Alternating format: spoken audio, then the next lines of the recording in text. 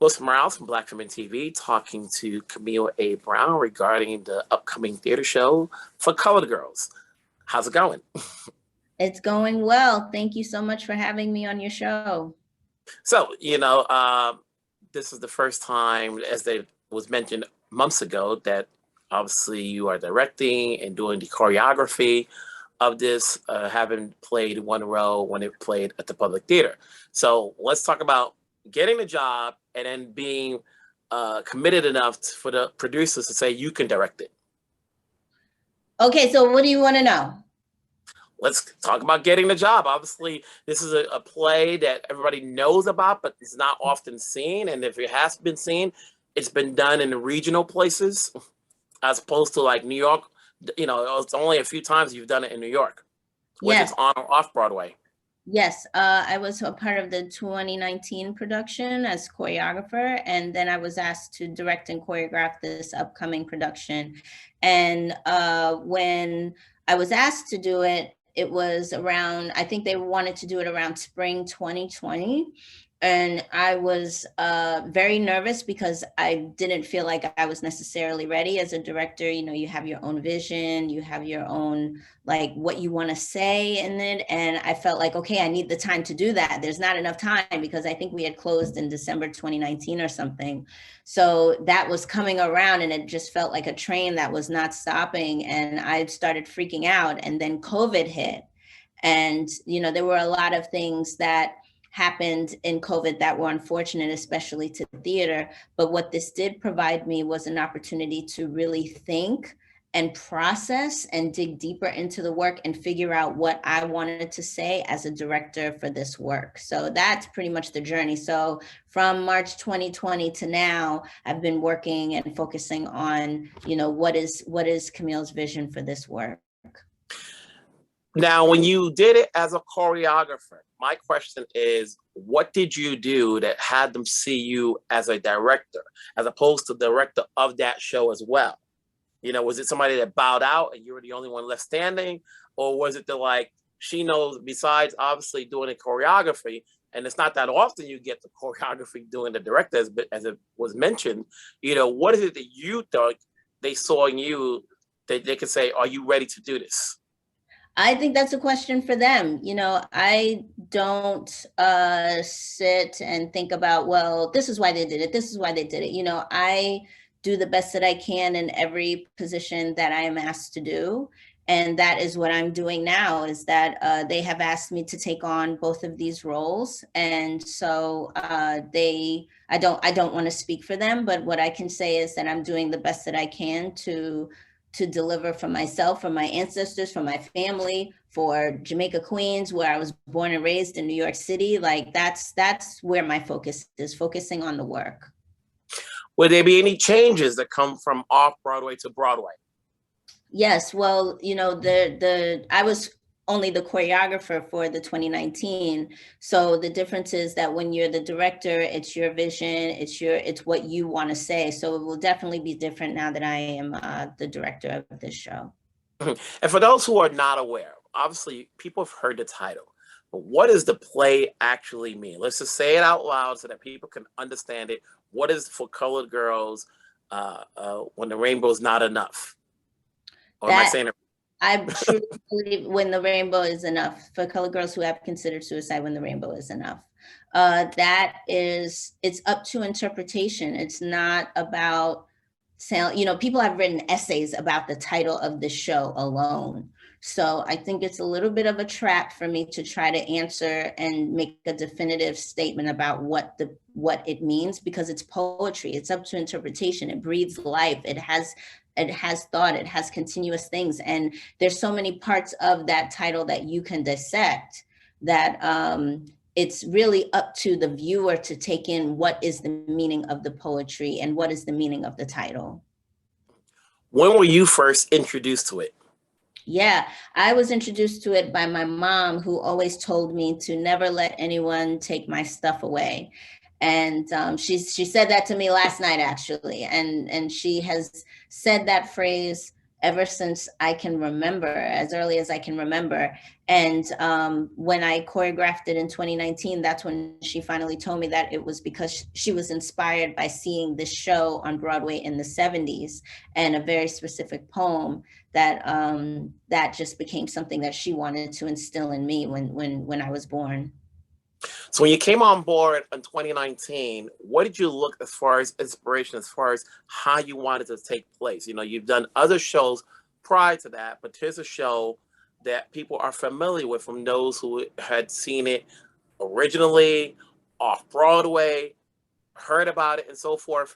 You know, what was your inspiration? Like, how did you want to make it your own, but stay true to what was written? Yeah, it's the same thing. It's the same approach that I'm doing now as director, which is focusing on how can I tell this story? How can it be specific to me? How can I find my own entry point?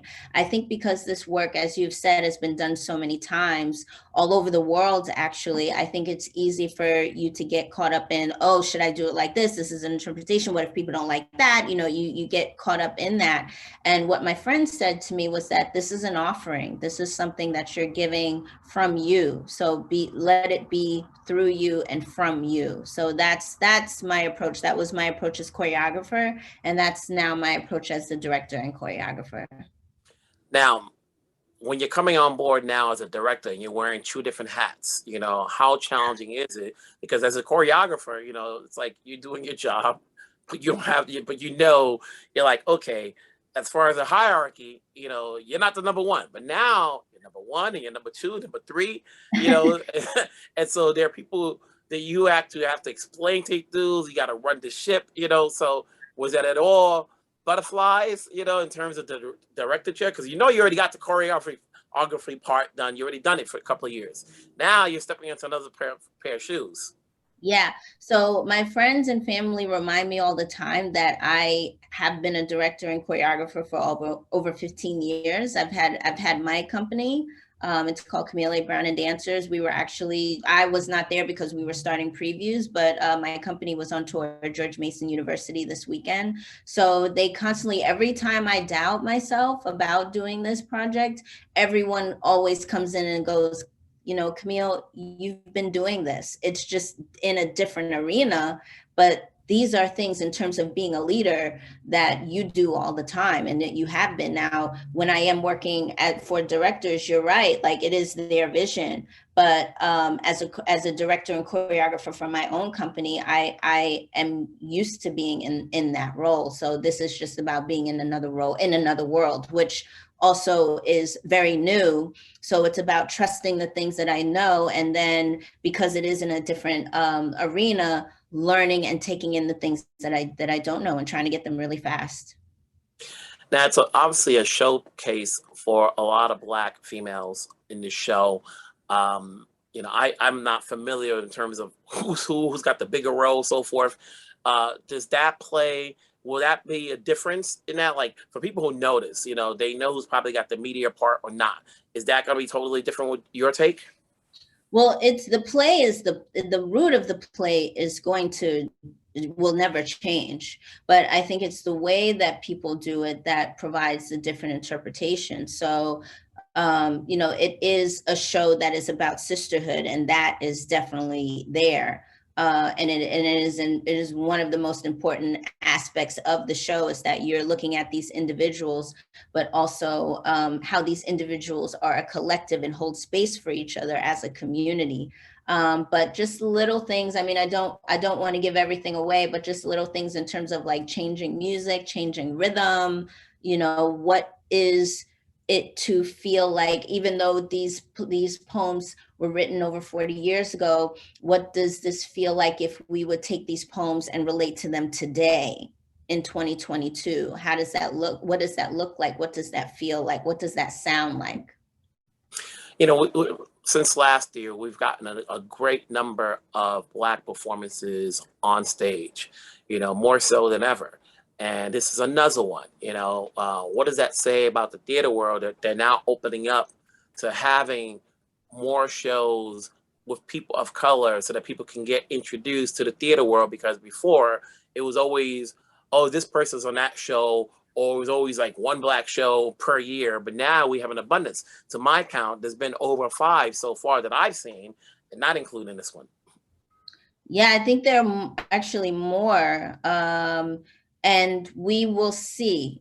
You know, I think there were a lot of statements made over 2020 and the reckoning that was happening, and now it's about let's see if those doors will continue to open, and it's also about us, once those doors are open, holding space for other people to get in too. So it's just a matter of seeing how this continues to hold, but it's very exciting to be a part of this this time where you do have Black playwrights and Black shows coming up, and to bring back Ntozake Shange's work is definitely an important aspect of that. Now I gotta ask, because I also cover film and TV, did you watch the film version of this? Oh yes, I did watch it. Yes. You know, and what were your thoughts on it? Totally different, because this is theater. Yes, I am going to stay away from commenting on any interpretations, because my focus right now is focusing on what Camille wants to say with this show, and honoring all of the beautiful interpretations that have come before it. This is not about a comparison. This is about what can I contribute to this legacy, and that's how I am focusing on this show. Mm-hmm. Now, you're the director, you're the choreography. Did you have a hand in the casting of the performers? Yes. Now you said I was number, so I had the hand. Yes. Yes. So, you know, it's really an amazing group of women that are assembled. And I feel like the show, because it is a part of sisterhood, it is a beautiful playbook on what the process should be, which is holding space for each other. So they are brilliant and uniquely their own people. And just to see them on stage, I mean, we've only had 3 previews, but to see how they have really interacted with each other, interacted with the audiences, because that's the other element of this story. They are storytellers, and for the rehearsal process, even though I am a person and I'm standing in front of them, they didn't have that last element, which are the people in the audience. So it's exciting to see how they really respond to everyone. Mm-hmm. And when people, it's early. We've only had 3 performances, and I'm sure you've probably gone to some to see what the responses are. What do you want people to get out once they leave the theater? Obviously, we all want to leave excited, enjoyed, and we had a good time. But is there anything in particular you want them to walk away with? Yeah, I definitely want them to walk away feeling like these poems and Ntozake's work, that it is timeless. It is something that, yes, they were written decades ago, but they can be heard in new ways. And also, because it is a different interpretation, I want people to see Camille, what I've put into it, what I've contributed to it. Like I said earlier, it's a legacy. There are movies, there are plays that have been done around the world, and what can I contribute to that legacy? Mm-hmm. And what do you do when you're not working on this one? Like, what keeps you humble, when you're not directing and not working on a choreography, and obviously this is going to consume you until it ends. Yeah. How do you stay relaxed? I don't know. I'm trying to figure that out now, and my family and friends are helping me do that, because right now the focus is the show. So the self-care is a work in progress. And then what can we do in terms of helping people come out and see the show? Like, what's the sell to it? In terms of like, oh, it's another show, it's Broadway, even though it may cost you some ducats, but come out and see it because you're going to have a good time. It's Ntozake Shange. I mean, what else is there to say? It's her work. It's Black women on a Broadway stage in what we would say is a white space, now creating a Black space for Black people to come in and feel like they can have that call and response, which is part of our African tradition. Those are the things that I would say. Now, as a director, You know, and like I said, you've done Broadway before as a choreographer, but now you're working as a director. And even though it's early, you know, but there's a lot that goes on from moving from off Broadway to Broadway in the director space. Have you seen or learned anything in the early stages that's going to increase your skill set? Ooh, just staying true to who I am. Hmm. Regardless of the space changing, I can't change. So Hmm. that has been affirmed again and again and again. Well, Camille, it's been great talking to you. Obviously, you know, this is something that people know about, and hopefully they're going to come out in drills to see and continue to talk about left and right.